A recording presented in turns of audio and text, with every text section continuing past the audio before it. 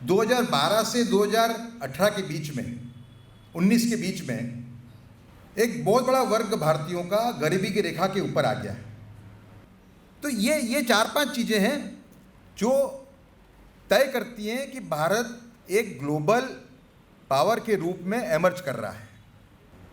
इसलिए मैं कहता हूं कि वीर सावरकर का नेशन फर्स्ट वही सही नेशन फर्स्ट है। Padmashri doctor Pratap Singh Jadhav, chief editor Pudhari और एक ऐसे न्यूज़पेपर के कर्ता धर्ता जो जिसकी जो जीवन कहानी है पूरे देश को ऊर्जा देती है। मेरे ख्याल से वर्निकुलर डेलीज भारत में हैं, उसमें लगता है मैं मानता हूं कि पुढारी must be ranking in the first 2 or 3 in the country in terms of reputation, in terms of status. Professor Dr. D.T. Shirke, Vice Chancellor Shivaji university, आज सुबह ही इनसे मेरा परिचय हुआ और इनकी सादगी और इनका स्कॉलरशिप से मैं बहुत प्रभावित हुआ। Doctor Yogesh Pratap Singh Jadhav, group editor पुढारी, योगी जी से मुलाकात मेरी अभी हुई है और उनकी जो ऊर्जा है वो देखने लायक है। Professor doctor P.S. पाटिल, पूर्व vice chancellor Shivaji university, professor doctor Randhir Shinde, management council member Shivaji university Kolhapur, Padmashri कैलाशवासी डॉक्टर गणपतराव गोविंदराज जाधव की ये वार्षिक व्याख्यानमाला के माध्यम से आपको संबोधित करते हुए मुझे अति आनंद की भावना में महसूस कर रहा हूँ।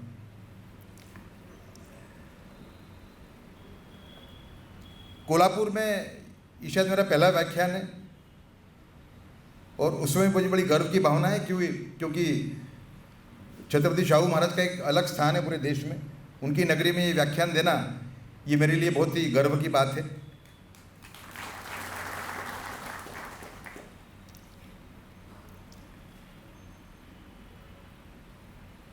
दोस्तों, 2 चीजें गए 1.5 महीने में हुई जो कुछ संकेत देती हैं हमें। 2012 से 2018 के बीच में, 19 के बीच में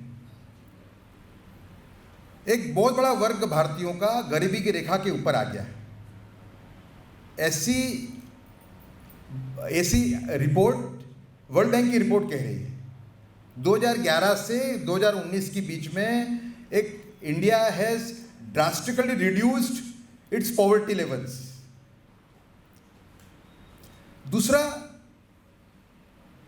माननीय प्रधानमंत्री नरेंद्र मोदी की जो यूरोप की यात्रा थी वो भी सांकेतिक थी।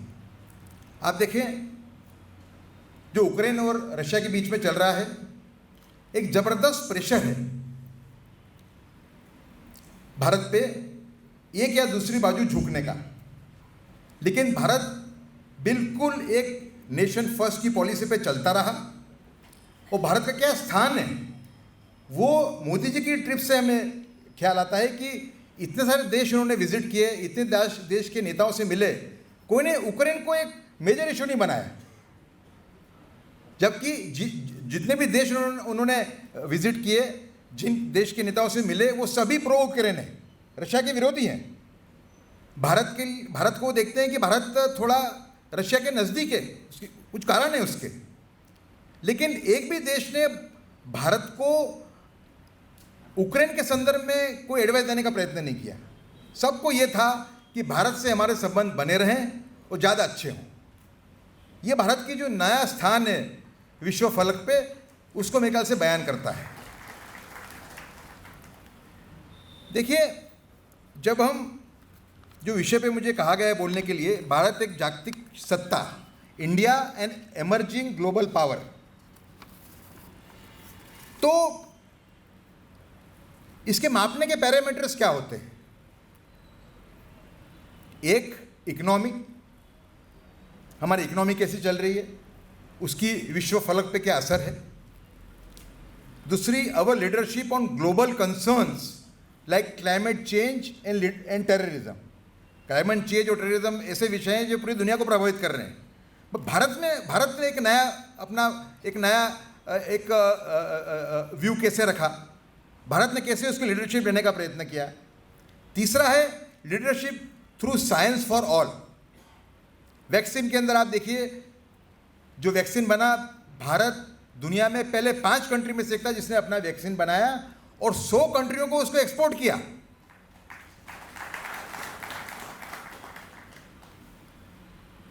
वेदर फोरकास्टिंग, कई चीज़ें ऐसी हैं, लीडरशिप थ्रू साइंस, जो भारत को एक एमर्जिंग सत्ता के रूप में प्रस्थापित करती हैं। फिर है leadership through soft power. International yoga day, उसका समय बड़ा प्रमाण है कि आज योगा हम देखते हैं कि 21 जून ऐसा दिखता है कि जैसे पूरा दुनिया योगामय हो गया है। योगा भारत में था ही पहले से, पर हमने उसको मार्केट किया, उसके क्या फायदे हैं वो दुनिया को बताया।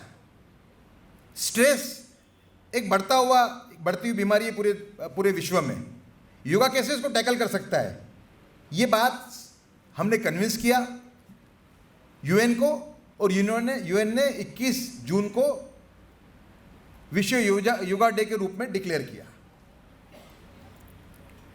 दूसरा उसमें आता है एम्पावरिंग द डायस्पोरा। जो एनआरआईज हैं वो भी हमारे एम्बेसडर्स हैं, उनको हम किस तरीके से उनको एम्पावर कर रहे हैं, गर्व की भावना उनमें कैसे उत्पन्न कर रहे हैं। तो ये 4-5 चीज़ें हैं जो तय करती हैं कि भारत एक ग्लोबल पावर के रूप में एमर्ज कर रहा है। वैसे अपने आप में एक विडंबना है, क्योंकि भारत की अगर इकोनॉमिक प्रोग्रेस अच्छा है, लेकिन इतना अच्छा नहीं है कि भारत को लोग ग्लोबल पावर के रूप में देखें। लेकिन उसके अंदर जो भारत में सरकार है, उसका जो एक डिप्लोमेसी है, एक स्किलफुल डिप्लोमेसी इंटरनेशनल लेवल पे, उसका एक बहुत बड़ा रोल है। हमारी उपलब्धियों को हम कैसे दुनिया के सामने रखते हैं और कैसे दुनिया हमारे तरफ देखने का नजरिया है उसमें एक चेंज लाती है, ये हमने इंश्योर किया है गए 7-8 सालों के अंदर। इकोनॉमी की बात करें तो अगर कोविड ना आया होता तो 2024 तक भारत की इकोनॉमी 5 ट्रिलियन की हो जाती, अभी करीब 3 ट्रिलियन की है। अब इसको 3 साल और लगेंगे, हम 5 ट्रिलियन पहुंचेंगे 2027 में। आप सोचोगे इससे क्या लेने था, वैश्विक ग्लोबल इमर्जिंग पावर की बात करें, इसमें क्या फर्क पड़ता है? नहीं, इसका डायरेक्ट लेना देना है। Economy works as a stabilising force at the global level. China ने 30 सालों में 800 मिलियन लोगों को गरीबी रेखा के बाहर लाया, 80 करोड़ लोगों को। तो सुपर पावर जो चाइना बना, उसमें इसका बहुत बड़ा रोल है, क्योंकि अगर 80 करोड़ लोग गरीबी की रेखा के ऊपर आ रहे हैं तो दुनिया के 80 करोड़ भी गरीबी की रेखा के ऊपर आ रहे हैं। दूसरा, जब इस टाइप का एक इकोनॉमिक प्रोग्रेस होता है, उसके अंदर कई चीज़ें अपने आप उसमें रोल प्ले करती हैं, जैसे कि टेक्नोलॉजी। भारत का जो डिजिटलाइजेशन प्रोग्राम है, जो इस सरकार ने जो डिजिटलाइजेशन का जो एक रिवॉल्यूशन लाया देश के अंदर, इससे पूरी दुनिया इससे प्रभावित है। 2 बहुत बड़े उद्योगपति यूरोप के, एक तो स्कोडा में पार्टनर है, स्कोडा कार के अंदर, दोनों मुझे मिलने आए थे अभी गत 2 महीने में। दोनों का ये कहना था कि ये मोदी सरकार ने इतने बड़े पैमाने पे डिजिटलाइजेशन कैसे इंप्लीमेंट किया 130 करोड़ के देश में। मतलब आप सोचिए कि डेवलप्ड कंट्रीज के लोग वो हमारे से एक तरीके से मुक्त हो गए हैं हमारी उपलब्धियों से। तो ये उपलब्धियां क्या हैं? इसका बहुत बड़ा रोल है भारत के इकोनॉमिक प्रोग्रेस के अंदर। मैं कुछ चीजें आपके सामने रखूंगा जो आपको अवगत कराएंगे कि क्या परिस्थिति है देश के अंदर। देखिए, अकाउंटेबिलिटी और ट्रांसपेरेंसी, ये देश के अंदर एक नेचुरल रूप में 1970 तक थी। जो भी नेता थे उस टाइम पे, नेहरू जी थे, गांधी जी थे, सावरकर थे, एक बात जरूर है कि उनकी जो इंटीग्रिटी है उसके ऊपर कोई को शक नहीं था। और वही कल्चर, पॉलिटिकल लीडरशिप का कल्चर, वो ब्यूरोक्रेसी को भी छूता था। पर 1970 के बाद में कुछ पॉलिटिकल परिस्थिति ऐसी देश में पैदा हुई कि एक जिसको बोलते हैं लॉयल्टी आधारित एक कल्चर खड़ा हुआ कि ये आदमी मेरा है, इसके साथ में, इसको मुझे साथ में रखना है, थोड़े बहुत पैसे खाता हो तो खान दो इसको। ये कल्चर की शुरुआत हुई है 1970 के दशक में। 1980 के बाद खास श्रीमती गांधी 1977 का इलेक्शन हार गई, मैं उसको मुख्य कारण मानता हूँ इस कल्चर के लिए, क्योंकि उसके बाद में उन्होंने कॉम्प्रोमाइज़ करना शुरू किया। उन्होंने एक लॉयल्टी का फैक्टर लाया और वो लॉयल्टी को प्राधान्य देने लगी और दूसरी चीज़ों को प्राधान्य कम देने लगी। ये कल्चर पहले पॉलिटिक्स में घुसा और फिर ये कल्चर ब्यूरोक्रेसी में आ गया। तो जो आपने एक करप्शन देखा, लैक ऑफ ट्रांसपेरेंसी देखी, एक 80 से समझो 30 साल तक, 1980 के बाद 30 साल तक, 30-35 साल तक, उसका मुख्य कारण ये था। 2014 के अंदर एक नई सरकार आई। श्री नरेंद्र मोदी का जो उद्देश्य था बड़ा क्लियर था कि मुझे गरीबी को डिफीट करना है, मुझे गरीबी सामने की लड़ाई वो जीतना है। तो पहला काम उन्होंने जो किया, जिसकी स्टोरी आप इंडिया टुडे में जाएंगे तो आप पढ़ सकते हैं मेरी स्टोरी। पहले उन्होंने ट्रांसफर पोस्टिंग राज को डिसमेंटल किया। ट्रांसफर पोस्टिंग राज का मतलब दिल्ली के अंदर ऐसी परिस्थिति थी कि अच्छी मिनिस्ट्रीज कौन सी, जहाँ पैसे बनते हैं, सेवा के एंगल से अच्छी नहीं, पैसे के माध्यम से, उसके लिए बोली लगती थी। शायद कई जगह लोग कैश नहीं देते होंगे, लेकिन एक अंडरस्टैंडिंग होता था कि हम तुमको लाएंगे इस डिपार्टमेंट के सेक्रेटरी के रूप में और तुम हमारे इतने काम कर देना, दूसरा तुमको जो करना हो करो। अगर वो व्यक्ति बहुत ही पुराने मूल्य से जुड़ा हो तो अलग बात है, अगर वो उसका काम करेगा खुद का काम भी करेगा वो। तो इस तरीके से ये कल्चर बढ़ता गया। तो ट्रांसफर पोस्टिंग राज को डिसमेंटल करने का पहला काम मोदी सरकार ने 2014 में हाथ में लिया। 2015 की नवंबर की मेरी स्टोरी है, एंड ऑफ ट्रांसफर पोस्टिंग राज। मतलब मुझे ऐसे कई अधिकारी मिले जिन्होंने कहा कि सर मैं उड़ीसा में बैठा हुआ था, कभी मुझे ऐसा कभी सपना भी नहीं आया कि दिल्ली की ये पोस्ट मुझे मिल जाएगी, और सडनली मुझे पीएमओ से फ़ोन आया कि mister Sahu, the government is decided to post you as telecom secretary. समझा? तो ये बहुत बड़ा रिवॉल्यूशन था। मैं इसके लिए जा रहा हूँ इसके अंदर, इसके बॉटम के अंदर, कि ये कैसे भारत एक ग्लोबल पावर बनेगा, उसका ये एक फाउंडेशन है।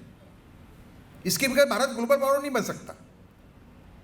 उसके बाद में जो टेक्नोलॉजी का उपयोग है, जो डिजिटलाइजेशन की मैंने बात की, वो ऐसे पैमाने पे हो रहा है कि आप सोच नहीं सकते। हर एक मिनिस्ट्री का एक डैशबोर्ड है, उस डैशबोर्ड के ऊपर रियल टाइम अपडेशन है। जैसे कि जल शक्ति मिनिस्ट्री का डैशबोर्ड है ना।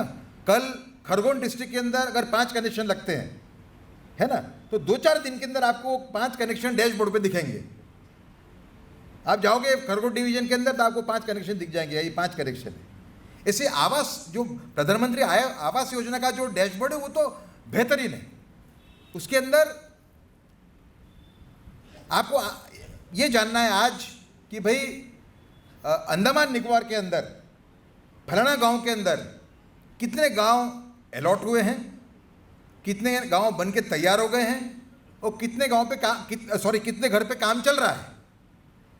तो 1 वीक के बाद अगर आप जाते हो तो आज के आपको फिगर 1 वीक के बाद उस डैशबोर्ड पे दिखेगी। कहने का मतलब एक टेक्नोलॉजी का ऐसा उपयोग जो बिचौलिए कल्चर को न्यूट्रलाइज करता है, जो देश के पैसे बचाता है। मेरा स्पष्ट मानना है, 2 किताबें मैंने लिखी हैं गवर्नेंस के ऊपर, कि देश आज ये जो अलग अलग मेजर्स है जिसको मैं और डिस्क्राइब करूंगा, उससे कम 2 लाख करोड़ रुपए साल के बचा रहा है। ये 2 लाख करोड़ रुपए बिचौलियों के जेब में जाते थे, भ्रष्ट अधिकारी के जेब में जाते थे। ये नहीं कह रहा हूं कि भ्रष्टाचार खत्म हो गया है, लेकिन हाई लेवल का करप्शन है, उसमें बहुत बड़ी कटौती आई है। आज आप देखिए 7 साल हो गए, एक भी मिनिस्टर पे कोई एक भी एलिगेशन नहीं है। ये बहुत बड़ी बात है, समझा आप। दूसरा, इसमें पावर मिनिस्ट्री का पोर्टल है। पावर मिनिस्ट्री में आप जाओगे तो जैसे कि आज आप गए तो टोटल पावर कनेक्शन कितने दिए गए हैं लास्ट वीक तक, एक वीक के पहले तक, वो आपको जानने मिलेंगे। और आपको विलेज वाइज भी मिल जाएंगे आपको। एक ग्राम स्वराज नाम का ऐप है, उसमें आपके गांव के अंदर कितना काम हुआ है, कितना पैसा खर्चा हुआ है, कौन सी स्कीम है, ये सब चीज़ें आपको 2 मिनट के अंदर ऐप पे मिल जाती हैं। ये बहुत बड़ी क्रांति है देश के अंदर। फिर जेम नाम का एक प्लेटफॉर्म है, GEM, गवर्नमेंट ई मार्केटिंग। जो सरकार का प्रोक्योरमेंट वो इस पोर्टल के माध्यम से होता है। ये पोर्टल क्या है? इस पोर्टल के अंदर विविध क्षेत्रों के अंदर जो मैन्युफैक्चरर्स हैं, सर्विस प्रोवाइडर्स हैं, वो पूरे एक ग्रुप में आ गए हैं। तो आपको जाना है वहाँ पे और सेलेक्ट करना है कि किसको देना है आपको। तो जेम के अंदर भी वर्ल्ड बैंक की रिपोर्ट है जेम के अंदर कि जेम के अंदर से आप खरीदते हो तो ज़्यादातर चीज़ें आपको फ्लिपकार्ट और अमेजोन के मुकाबले 10 से 20% सस्ती मिलेंगी। बहुत बड़ी क्रांति है ये, समझा। इनाम नाम का पोर्टल है, कम सक्सेसफुल है दूसरे पोर्टलों से। इसके अंदर जो फार्मर है, जो किसान है, वो अपना जो प्रोड्यूस है वो किसको बेचेगा उसकी चॉइस उसको मिलती है। ये पोर्टल का सक्सेस लिमिटेड है, इसमें खूब सारी सुधार की आवश्यकता है, लेकिन एक प्रयास हुआ है कि जो बिचौलिए हैं एग्रीकल्चर सेक्टर के अंदर, उनको दूर करने का प्रयास एक सरकार ने किया है। इसमें जरूर और कुछ दुरुस्त करने की आवश्यकता है, लेकिन ये भी एक बहुत बड़ा प्रयास है मेरे हिसाब से। ये इनकम टैक्स के अंदर भी आप देखें जो प्रयास हुआ है कि फेसलेस स्क्रूटिनी है, कि आप जो स्क्रूटिनी है वो ऑनलाइन माध्यम से हो सकती है, अब उसको बुलाने की आवश्यकता ही नहीं है आपको। तो फिर दूसरा एक स्कीम है जिसके अंदर कि जो ऑनेस्ट टैक्स पेयर्स हैं उनको इनकम टैक्स डिपार्टमेंट उनको ऑनर करता है। तो ये ईमानदारी का कल्चर जो टैक्स एडमिनिस्ट्रेशन में, उसको बढ़ाने का प्रयास है। GST ऑनलाइन हो जाता है, कंपनी रजिस्ट्रेशन ऑनलाइन हो जाता है। तो ये सभी चीज़ें जो हैं, और सबसे बड़ी बात जनधन प्रोग्राम जो है वो जो ये गरीबी निवारण का जो कार्यक्रम चल रहा है उसका मेन आधार है। डायरेक्ट बेनिफिट ट्रांसफ़र नाम की जो टेक्नोलॉजी है, जिसमें सरकार के द्वारा जो पैसा देना है नागरिक को, वो कॉन्ट्रैक्टर हो, वो लेबरर हो, वो लाने वाली प्रीवियस सरकार, यूपीए सरकार लाई थी 2013 के अंदर। DBT ये सरकार नहीं लाई है, लेकिन बैंक अकाउंट ही नहीं थे। तो 42 करोड़ बैंक अकाउंट सरकार ने खोले जनधन के माध्यम से। और आज जो समय बड़ी उपलब्धि है हमारी सरकार की यार, हमारे देश की, वो ये है कि लोगों को चेक लेने के लिए जाना नहीं पड़ता है। जब चेक लेने जाते थे पहले, तो जो क्लार्क है उनके पास से पैसे मांगता था कि 5,000 का चेक है भाई, मुझे 500 रुपये दे दो या 200 रुपये दे दो। कॉन्ट्रैक्टर के पास पैसे मांगता था। कॉन्ट्रैक्टर हो, गरीब आदमी हो, सबको पैसे जो मिल रहे हैं वो डायरेक्ट उसके अकाउंट में मिल रहे हैं। दूसरा, पब्लिक डिस्ट्रीब्यूशन सिस्टम में बहुत चोरी थी पहले। मैं मानता हूं कि सब में ज़्यादा चोरी जो थी वही राशन कार्ड का जो नेटवर्क है उसमें थी। उसके अंदर जिस तरीके से डिजिटलाइजेशन हुआ है वो अभूतपूर्व है। आज अगर मैं यहाँ पे मुझे 5 किलो गेहूँ अगर मिलता है एट सब्सिडाइज रेट्स, और मैं कल नागपुर चले जाता हूँ तो नागपुर में भी ले सकता हूँ उसको मैं, क्योंकि पूरा डिजिटल मेरा वो कंप्यूटर में जाएगा, देखेगा कि भाई आपका नाम रामबाबू पाटिल है, भाई आपने आपका इस साल का, इस महीने का आपने लिया नहीं, आप ले सकते हो। ये भी एक बहुत बड़ी क्रांति है। तो जो पूरा ये जो इकोनॉमिक प्रोग्रेस चल रहा है उसके अंदर इसका बहुत बड़ा रोल है, जिसको कहते हैं यूज़ ऑफ टेक्नोलॉजी। लेकिन सब में ज़्यादा इंटेंट। कल परसों गाम्बिया नाम की एक अफ्रीकन कंट्री है, वहाँ के ब्यूरोक्रेट्स आए थे, मुझे बुलाया गया था ट्रांसपेरेंसी एंड अकाउंटेबिलिटी के ऊपर एक व्याख्यान देने के लिए। तो मैंने उनसे एक बड़ी अहम बात रखी जो अच्छी लगी उनको। मैंने उनसे कहा कि टेक्नोलॉजी, मैनेजमेंट सिस्टम्स, ये ट्रांसपेरेंसी अकाउंटेबिलिटी लाने के लिए बहुत बड़ा रोल प्ले करते हैं, पर सबसे बड़ा जो रोल प्ले करता है वो है आपका intent, moral leadership. Moral leadership आपकी नहीं है। आपको ये नहीं लगता कि मेरा हर एक नागरिक, उसका प्रॉब्लम मेरा प्रॉब्लम है। ये जब तक भावना नहीं आएगी हमारे जो रूलिंग पार्टीज और रूलिंग नेता हैं, वहां तक हम एक हस्ताक्षर नहीं कर पाएंगे समाज सुधार और इकोनॉमिक प्रोग्रेस। तो ये जो मॉरल लीडरशिप की जो मैंने बात की, ये भी एक बहुत बड़ा रोल हमारे इकोनॉमिक प्रोग्रेस में कर रही है। और एक बड़ा एग्जांपल जो हमारे टेक्नोलॉजिकल रिवॉल्यूशन का है वो है यूनाइटेड पेमेंट इंटरफेस, यूपीआई। ये भी एक बहुत बड़ा, इसका मैंने पूरा प्रोग्रेस देखा हुआ है। जब ये लॉन्च हुआ उस टाइम पे मैंने मेरी दूसरी किताब लिखी थी, और आज जब 4 साल के बाद मैं देखता हूँ तो आज ये परिस्थिति है। फिगर्स तो नहीं है मेरे पास में लेटेस्ट, लेकिन गांव के अंदर एक लेबरर हो, एक छोटा सा फार्मर हो, जो ग्रेजुएट भी नहीं है, जो मैट्रिकुलेट भी नहीं है, वो भी मोबाइल से पेमेंट कर रहा है। ये भी एक बहुत बड़ी क्रांति है देश के अंदर। मेरे ख्याल से ये क्रांति पूरी दुनिया में कहीं इतने बड़े पैमाने पे कभी नहीं हुई।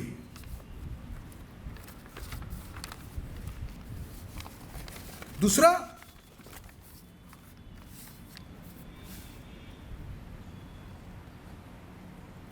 Leadership on global concerns. Climate change और टेररिज्म के दो बहुत बड़े उदाहरण हैं। क्लाइमेट चेंज के अंदर एक तरीके से भारत ने लीड ली हुई है। क्लाइमेट चेंज के अंदर हमने जो टारगेट सेट किया है, पूरी दुनिया में कोई नेशन नहीं किया है। हमने कहा है कि हम 2070 तक we will be carbon free nation. ये बहुत बड़ी एक लीडरशिप कैसे ली जाती है उसका एग्जाम्पल है। जब हम डेवलप्ड कंट्रीज को बोलते हैं कि ग्रीन हाउस गैसेस आप कम करें, तो हमारा मॉरल आधार क्या है? हमारा मॉरल आधार है एक हमारा ये कमिटमेंट कि हम 2070 तक भारत को कार्बन फ्री नेशन बना देंगे, और दूसरा हमारा आधार है जो हमने रिन्यूएबल एनर्जी का जो टारगेट रखा है 100 मेगावाट से हम इसको गीगावाट से हम इसको 450 गीगावाट तक ले गए हैं अभी। और सबसे बड़ी बात, जब मोदी आए 2014 के अंदर 15 में एक बहुत बड़ा स्टेप लिया था उन्होंने। ग्लोबल एक इंटरनेशनल सोलर अलायंस उन्होंने इंटरनेशनल लेवल पे फॉर्म किया था, जिसमें जो सनशाइन कंट्रीज़ हैं जहाँ सूर्य ऊर्जा है उनको साथ में लिया था। उसमें फ्रांस और भारत का मेन रोल था। और आज भी जो इंटरनेशनल सोलर अलायंस का जो हेडक्वार्टर है वो गुड़गांव में है, भारत में है। तो क्लाइमेट चेंज की हमने लीडरशिप ली हुई है। मतलब जो आप देखें अभी ग्लासगो में हुआ था, तो वहाँ पे जो हम जो जिस कड़काई से बात कर रहे थे अमेरिका से, डेवलप कंट्रीज से ग्रीन हाउस गैसेस के एमिशन पे बड़े अथॉरिटी के साथ कर रहे थे। मुझे लगा जो रिपोर्टिंग हुआ उससे मुझे लगा कि वो प्रेशर, वो जो देश थे वो प्रेशर में थे, क्योंकि भारत ने उसकी एक मॉरल ग्राउंड एक इस्टेब्लिश कर दिया है ये स्टैंड लेने के लिए। टेररिज्म के ऊपर भी ऐसा ही हुआ है। टेररिज्म के ऊपर आप देखें कि जिस तरीके से हमने इंटरनेशनल बॉडीज़ का उपयोग किया है, असर मसूद, हाफिज सईद को आइसोलेट करने के लिए, पाकिस्तान को आइसोलेट करने के लिए, वो एक अपने आप में एक उदाहरण है। आपको याद होगा 2009 के अंदर शर्म शेख में एक मीट हुई थी भारत की और पाकिस्तान की। शर्म शेख इजिप्ट में एक कोस्टल टाउन है वहाँ पे, और वहाँ पे आप देखिए कि उसमें एक स्टेटमेंट इशू हुआ। उसके अंदर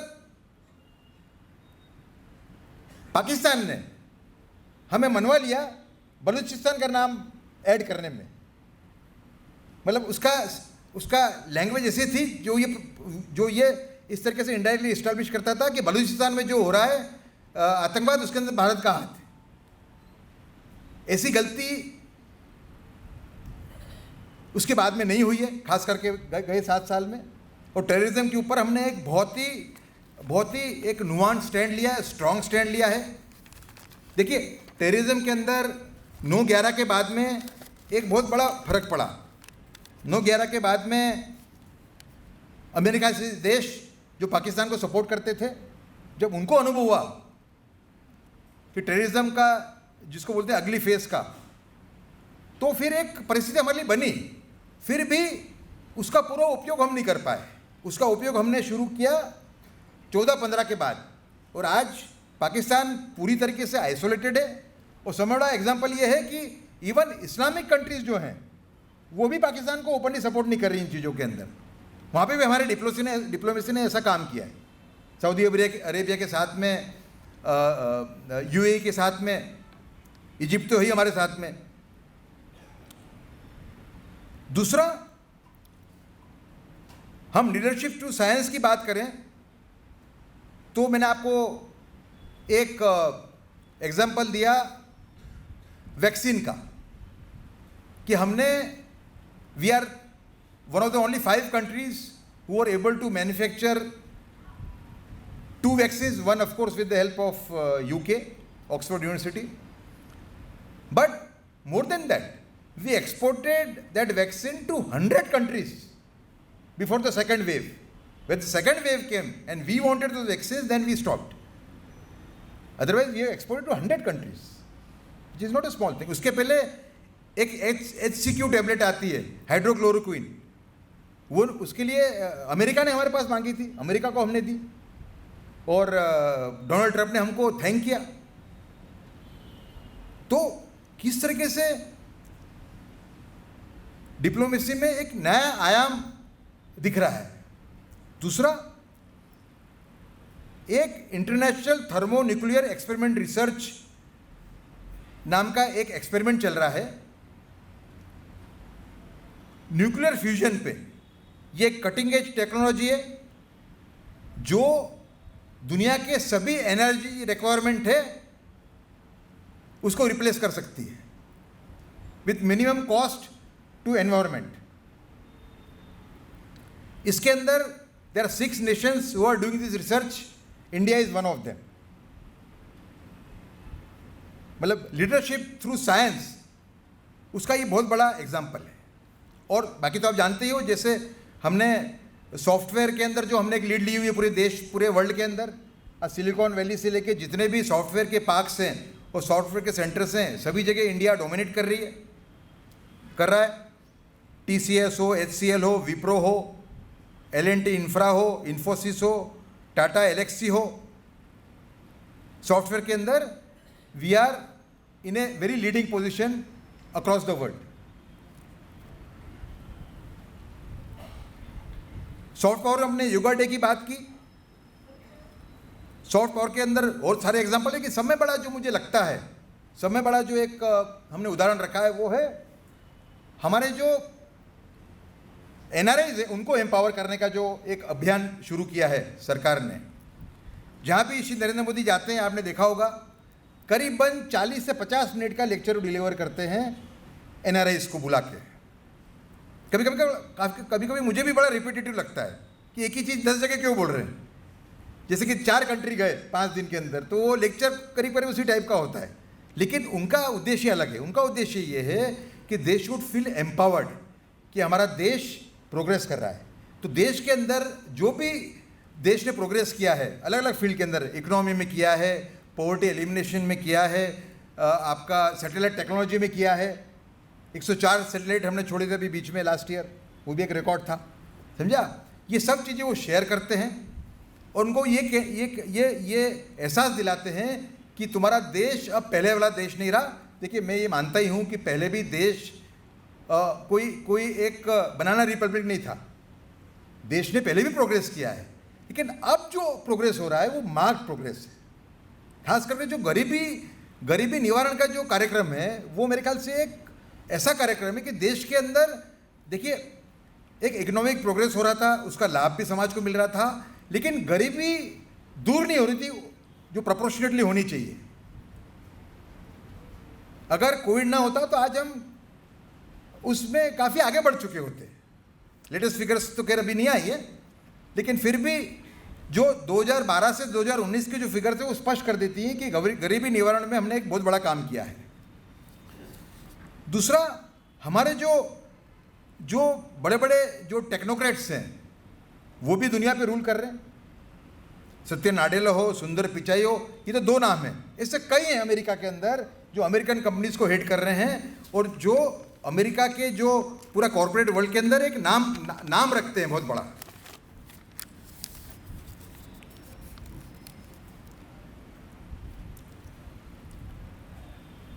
मिलिट्री स्ट्रेंथ और diplomacy,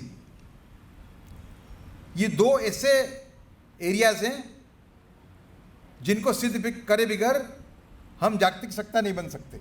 we can not become a global power. तो मिलिट्री स्ट्रेंथ पे भी बहुत बड़ा काम किया है हमने, हालांकि और करने की आवश्यकता है क्योंकि हमारा जो टोटल मिलिट्री बजट है वो अभी भी 2% से कम है। हमारे बजट के 2% से बहुत कम माना जाता है, हालांकि थर्ड हाईएस्ट है पूरी दुनिया के अंदर, लेकिन चाइना का ज़्यादा है और अमेरिका का तो मेरे ख्याल से 8% होगा जो ग्लोबल जो बजट है डिफेंस का।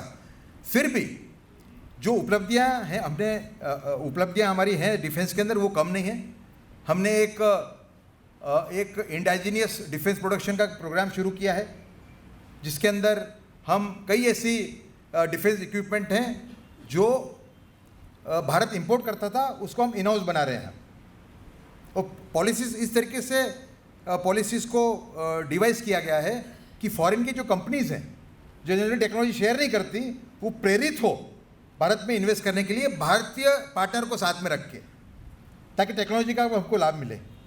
वो काम भी अच्छा आगे बढ़ रहा है और मेरे ख्याल से उसके अंदर एक काफ़ी प्रोग्रेस हो चुका है। उसके अंदर there are many equipment which were being imported say till 7, 8, 10 years ago, which we are now making, of course with the help of foreign companies, but they are being made in India and India is aware about the technology. Tomorrow Indian companies themselves will start producing it, you know.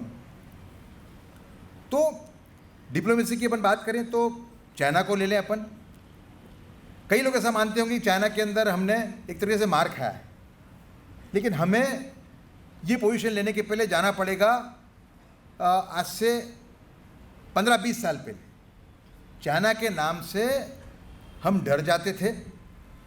China के नाम से हमने जो हमारी जो 3400 kilometre की जो हमारी बॉर्डर है चाइना के साथ में, उसमें हमने इंफ्रास्ट्रक्चर डेवलप नहीं किया डर के मारे। पर आज भी जो झगड़ा इसके लिए है कि इस सरकार ने पूरी बॉर्डर पे इंफ्रास्ट्रक्चर डेवलपमेंट का प्रयास किया है, उसका विरोध चाइना कर रहा है। आज जो भी हुआ, डोकलाम में हुआ, लद्दाख में हुआ, उसका मूल कारण ये है कि हम इंफ्रास्ट्रक्चर डेवलप कर रहे हैं इंडो चाइना बॉर्डर के ऊपर, तो चाइना चाहता है कि भारत ना करे। तो ये भी अपने आप में we are no more an underdog. What I want to say is maybe we could have done better, but we are not underdogs. हम डर के हम परिस्थिति को नहीं निपट रहे हैं, हम हेड ऑन कॉलिजन में नहीं कर रहे, लेकिन चाइना को भी एक डर लगता है। चाइना भी आप देखें कि चाइना के जो एक्शंस हैं गए 4-5 साल के अंदर, उसमें स्पष्ट दिखता है कि चाइना भी प्रेशर, भारत के प्रेशर में पहली बार मेरे ख्याल 20-25 साल के अंदर। तो economic security, growth, scientific progress. दूसरी एक बात मैं रखना चाहूँगा आपके सामने, इस बात को आगे बढ़ाते हुए, कि एक दूसरा जो रोल भारत ने ग्रहण किया है वो छोटे देशों को हेल्प करने का, वो भी एक नया रोल है। आप देखें श्रीलंका को हमने अभी 25,000 करोड़ रुपए की लोन दी, वैसा ही हम बड़ी संख्या में लोन, बड़ी राशि लोन के रूप में दे रहे हैं, अफ्रीकन कंट्रीज़ को भी दे रहे हैं। और भारत की लोन जो है उसकी एक अलग असर है। चाइना की लोन लेना मतलब चाइना के डेट ट्रैप में फंसना। आज जो श्रीलंका की क्राइसिस है उसमें चाइना के भी रोल है उसके अंदर। इकोनॉमिक क्राइसिस, क्योंकि वो बहुत हाई इंटरेस्ट रेट वो लोग चार्ज करते हैं। भारत ने इसको एक अलग अलग तरीके से डील किया है, और भारत का जो सपना है विश्व गुरु बनने का, उसकी झलक इसमें दिखती है। मतलब जो महासत्ताएं हैं, अभी तक की महासत्ताएं, उनका एटीट्यूड क्या रहा है? उनका एटीट्यूड ये रहा है कि छोटे देशों का शोषण करो, इकोनॉमी को मिलिट्री शोषण करो और फिर उनको छोड़ दो। भारत एक नया रास्ता बता रहा है कि हम पूरी दुनिया को एक मानवता की नज़र से देखेंगे। We will not see them as objects of exploitation. तो ये विश्व गुरु की हमारी जो पूरी जो परिकल्पना है, उसके अंदर ये एक बहुत बड़ा स्टेप है। लेकिन एक चैलेंज भी है। जब हम एक विश्व गुरु बनने की, महासत्ता बनने का सपना देखते हैं, एक चैलेंज भी है। एक बड़ा चैलेंज है the rising pan Islamic movement and the friction on the Hindu Muslim front. Any friction which leads to violence is against economic progress. और परिस्थिति बड़ी, मैं देखता हूं कि थोड़ी थोड़ी गंभीर भी बनती जा रही है। कि देखिए, मुसलमान कम्युनिटी में 3 भाग हैं। एक मोस्ट कट्टरवादी है, एक लेस कट्टरवादी है, और एक सहिष्णु है, मॉडरेट है। तो देश को जो लोग ये चाहते हैं कि एक इस्लामिक देश बन जाए कुछ सालों के बाद में, उनसे हमें लड़ना है, वो मोस्ट कट्टरवादी है।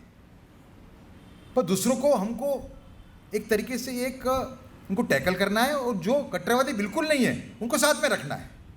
लेकिन परिस्थिति ऐसी हो रही है कि हिंदू समाज का एक वर्ग ये मानता है कि सभी मुसलमान कट्टरवादी हो चुके हैं, सभी मुसलमान एंटी इंडिया हो चुके हैं, जो बिल्कुल गलत है। आप कश्मीर में जाइए, कश्मीर के अंदर हर 10 दिन के अंदर एक मुसलमान मारा जाता है आतंकवादियों के हाथ। किसके लिए मारा जा रहा है? भारत को वफादार इसके लिए मारा जा रहा है। तो हमें देश को ये समझना होगा, हिंदू समाज को ये समझना होगा कि हमारी जो लड़ाई है वो इस्लामिक कट्टरवादियों के सामने है, हमारी लड़ाई इस मुस्लिम कम्युनिटी के सामने नहीं है। ये हमें समझना होगा, वरना हमारे जो सपने हैं उसके अंदर ये बहुत बड़ा रोड़ा बन सकता है। It can lead to anarchy. जैसे कि अभी हनुमान जयंती के राइट्स हुए, हर जगह पेपर में आया कि रथ यात्रा के ऊपर पत्थर मारा हुआ मुसलमानों द्वारा। कोई ने इन्वेस्टिगेट करने का प्रयत्न नहीं किया कि पत्थर मारा क्यों हुआ, अनप्रोवोक था या प्रोवोक था, कोई ने देखा ही नहीं। एक ही पेपर में आया दूसरे दिन, शोभा यात्रा हनुमान जयंती के दूसरे दिन आया पेपर में कि रथ यात्रा is attacked in 10 different cities. पर उसमें जाओगे तो कुछ चीज़ें अलग भी हैं उसके अंदर। तो ये परिस्थिति देश के लिए अच्छी नहीं है। We don't want an atmosphere of anarchy in the country while fighting against anti-natural forces. दूसरा बहुत बड़ा जो मेनेस है वो है ऑब्स्टिनिटी का, विपत्स जो आता है। आप देखें हैं, और मेरे ख्याल से हमारी एक तरीके से एक मॉरल हमारा एक मर चुका है। हम प्रोटेस्ट भी नहीं करते। फेसबुक के ऊपर जो पोस्ट जो आती हैं फेसबुक के ऊपर इतनी गंदी हैं, सास बहू के गलत तरीके रिलेशन, देवर और वहिनी के रिलेशन, तो इस टाइप की फिल्में आती हैं, हम उसका प्रोटेस्ट भी नहीं कर रहे और फेसबुक पे आ रही हैं। मतलब एक आदमी हमारे से निकला नहीं जो उन पे केस करे फेसबुक पे। मैंने तो कुछ लोगों को कहा है, कुछ लोग प्रेरित हुए हैं मेरे कहने से दिल्ली के अंदर। तो ये जो परिस्थिति है, जो हमारे, देखिए, अगर हमारी नई पीढ़ी अगर ये विपक्ष जो चीज़ों की गुलाम हो जाती है, सेक्स की गुलाम हो जाती है, तो विश्व गुरु कैसे बनेंगे? मैं इसको इस तरह से देखता हूँ कि जब हम स्कूल में एक प्रतिज्ञा लेते हैं कि सभी भारतीय मेरे भाई बहन हैं, तो हमें ये सोचना चाहिए कि ये फिल्म अगर मेरे भाई की लड़की देख रही है तो वो भी बिगड़ रही है, मेरा बहन का लड़का देख रहा है वो भी बिगड़ रहा है, वो भावनाएं हमारी नहीं रही। तो इसके सामने में हमें लड़ना पड़ेगा। अगर हमें एक महासत्ता बनना है तो, और महासत्ता विद विश्वगुरु। और तीसरा मैं जो मैंने देखता हूँ वो है इलेक्शन का। हर 2 महीने के अंदर कहीं ना कहीं कोई स्टेट में इलेक्शन आ जाता है, सब पार्टियां उसमें लग जाती हैं। तो इसमें कहीं ना कहीं हिम्मत करके पार्टियों को आना चाहिए, या तो जो समाज के बड़े लोग हैं, जैसे पुडारी है महाराष्ट्र के अंदर, एक कैंपेन चला है कि कम से कम जो इलेक्शन है उसका एक यूनिवर्सिटी आए कि भाई लोकसभा का इलेक्शन हर 5 साल में इस महीने में होगा, विधानसभा का इलेक्शन है वो हर 5 साल में इस महीने में होगा। उसके अंदर आप 2-3 डिवीजन कर सकते हो कि भाई northern block, southern block, western block, eastern block, कि ये इसकी जो ये 6 स्टेट्स हैं या 10 स्टेट्स हैं, वहाँ पे इलेक्शन हर 5 साल में दिसंबर में होगा। अगर ये नहीं किया तो बहुत शक्ति हमारी वेस्ट जा रही है, और अगर हम ये कर पाने में सफल होते हैं तो हमारी जो शक्ति है, हमारी जो स्पीड है वो 4 गुना बढ़ेगी। अंत में 2-3 चीज़ें और रखना चाहूँगा। हम अभी तक महासत्ता बन चुके होते, लेकिन हमने गलत पॉलिसीज़ को फॉलो किया, ऐसा मेरा स्पष्ट मानना है। मेरी जो नई किताब है Veer Savarkar the man who could have prevented partition, उसके अंदर इस बात का बहुत अच्छा उल्लेख है, आपको पढ़ना चाहिए। तो आप देखिए कि 1952 के अंदर जब वीर सावरकर ने देखा कि चाइना जो भारत से बहुत वीक था 1948 में जब उसका गठन हुआ मिलिट्रीली और इकोनॉमिकली, वो 1952 में 5 साल के अंदर भारत से आगे बढ़ चुका है सैनिक की शक्ति के अंदर। तो सावरकर ने स्टेटमेंट इशू किया कि तिब्बत को हड़पने के बाद में, अगर हम तिब्बत को 1950 में हड़प लिया चाइना ने, उसके बाद में अगर हम चाइना से हम इस तरह की बातें करेंगे, तो अगर हम चाइना के सामने इतनी शिथिलता से अगर हम पेश आएंगे तो चाइना की शक्ति बढ़ेगी। तो उस टाइम पे उन्होंने कहा था 1952 के अंदर कि भारत को अणुशक्ति बनना चाहिए। आप सोचिए अगर उस टाइम पे भारत अणुशक्ति बना होता तो अभी तक सुपर पावर बन गया होता। 1954 के अंदर जब पंडित जवाहरलाल नेहरू एक पंचशील नाम का मंत्र लेके आए, ये कहते हुए कि ये 5 मंत्र अगर भारत और भारत के पड़ोसी देश अगर फॉलो करते हैं तो भाईचारे से रह पाएंगे। उस टाइम पे वीर सावरकर ने 2 स्टेटमेंट इशू किए। पहले उन्होंने कहा कि चाइना ने जिस तरीके से तिब्बत को हड़प लिया है, उसके बाद में चाइना के साथ ऐसी भाईचारे की बातें करना ये खतरे से खाली नहीं है। चाइना एक कम्युनिस्ट कंट्री है, और चाइना से अगर इसी टाइप की वीक नीड पॉलिसी अपने चाइना के साथ रखी तो चाइना हमारी ज़मीन ही हड़प लेगा आगे जाके। जो 8 साल के बाद में वो भविष्यवाणी सही पड़ी 1962 के अंदर। उस टाइम पे सावरकर ने कहा कि चाइना का जो पंचशील है वो है machine gun, bomb, submarine, missile, और भारत का जो पंचशील है वो है माला करने के मणके, बीड्स ऑफ द रोजरी, जिसे हम माला करते हैं रोज सुबह, मंत्रोच्चार जो करते हैं। और उस टाइम पे सावरकर ने 2 चीज़ें कही थी जो हमने फॉलो की होती तो आज हम महासत्ता कब के बन गए होते। सावरकर ने कहा कि सैनिक की शक्ति is the ultimate decider of A Nations greatness, military strength is the ultimate decider of the Nations greatness. कितना सही है इसका सबसे बड़ा दाखला मैं आपको दूंगा। तालिबान ने अमेरिका को उखाड़ फेंका अफगानिस्तान से, लेकिन चाइना अफगानिस्तान बॉर्डर के बिल्कुल उस पार उइगुर मुसलमानों पे रोज अत्याचार करता है, लेकिन तालिबान की हिम्मत नहीं है कि चाइना को चैलेंज करे, क्योंकि चाइना बिल्कुल बगल में है। वो तालिबान सोचिए जो कहता है कि मैं इस्लाम का रक्षक हूँ पूरी दुनिया में, उसकी मुसलमान भाइयों पे अत्याचार हो रहे हैं चाइना के अंदर, बिल्कुल बॉर्डर छोड़ के एक 200-300 किलोमीटर पे, तो भी चाइना की हिम्मत नहीं है, तालिबान की हिम्मत नहीं चाइना को चैलेंज करने की। क्योंकि सावरकर का ये जो उपदेश था कितना सही था। तो दूसरा उनका उपदेश जो था डिप्लोमेसी में, उन्होंने कहा था कि कोई भी दो देश परमानेंट दोस्त और परमानेंट दुश्मन नहीं होते। दो देशों के जो संबंध हैं they are decided by their needs. तो ये पंडित नेहरू का ये मानना कि मेरे जो नाम के नेशन से वो हमेशा इंडिया के साथ में रहेंगे, ये गलत है। और इसी आधार पे वीर सावरकर ने सुभाष चंद्र बोस को 1940 में जब उनकी बॉम्बे में मीटिंग हुई, उस टाइम पे उनको सलाह दी थी कि नेताजी आप कहाँ ये सब एजिटेशन में जाके जेल में जा रहे हो, आपको तो जर्मनी और जापान की मदद लेके ब्रिटिशरों को उखाड़ फेंकने का प्रयास करना चाहिए, क्योंकि enemy should be considered as our friend. तो जो सुभाष चंद्र बोस गए अफगानिस्तान होते हुए जर्मनी पहुंचे, उसमें 3 लोगों ने उनको एडवाइस दी थी, उसमें से एक थे वीर सावरकर। और वीर सावरकर की पॉलिसीज फॉलो न करके हमने कितना बड़ा नुकसान किया है, उसके 2 उदाहरण हैं। 1965 का जो लड़ाई हुई 1965 की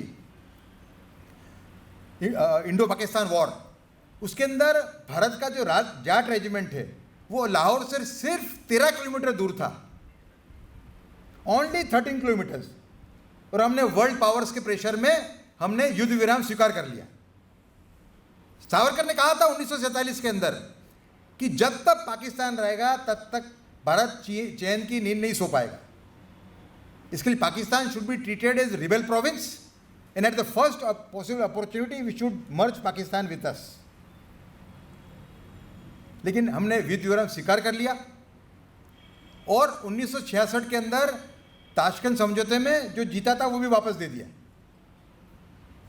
1971 के अंदर मिसेस गांधी के रूप में ऐसा हमें लगा कि एक ऐसी व्यक्ति है जो सावरकर के विजन को, नेशनल सिक्योरिटी विजन को साकार कर रही है, जब हमने पाकिस्तान के 2 टुकड़े कर दिए। लेकिन उसमें हमें निराशा मिली। 1972 के अंदर जब शिमला एग्रीमेंट हुआ, हम पाकिस्तान ऑक्यूपाइड कश्मीर वापस नहीं ले पाए, जबकि हमारे पास 1 लाख पाकिस्तानी सोल्जर बंदी थे। We had 1 lakh soldiers as captive Pakistani soldiers, but we could not force Pakistan to part with PoK. On the contrary, Sindh में हमने 3 तालुका जीते थे उस टाइम पे, सभी हिंदू मेजोरिटी तालुका थे, है ना। वो जीतने वाले थे ब्रिगेडियर भवानी सिंह महावीर चक्र, महाराजा ऑफ जयपुर, उन्होंने जीता था वो इलाका। हमारा वहाँ पे राज रहा, हमारा एडमिनिस्ट्रेशन रहा, तो शिमला एग्रीमेंट में हमने उसको भी वापस कर दिया। उसकी असर क्या है, वहाँ के जो हिंदू थे बेचारे, जिन्होंने मदद की थी भारतीय आर्मी को, उनको डर के मारे माइग्रेट होना पड़ा भारत में। 1 लाख लोग माइग्रेट हुए डर के मारे। तो इसके लिए मैं कहता हूँ कि वीर सावरकर, हमने पुस्तक में कहा है कि वीर सावरकर इज द पितामह ऑफ भारत राष्ट्रीय सुरक्षा। If Gandhi is the father of the nation, Veer Savarkar is the father of India's national security. तो आज भी मेरा मानना है कि हमने वीर सावरकर को फॉलो नहीं किया तो हम और नुकसान करेंगे। हालांकि वीर सावरकर की जो पॉलिसीज थी उसका साकार होना शुरू हो गया है। मेरी किताब का पहला चैप्टर है dawn of the Savarkar era. उसमें हमने आर्टिकल 370 के ऊपर जो सावरकर सरकार ने जो एक्शन लिया उसको हमने सावरकर के विजन के भागरूप गिना है ना।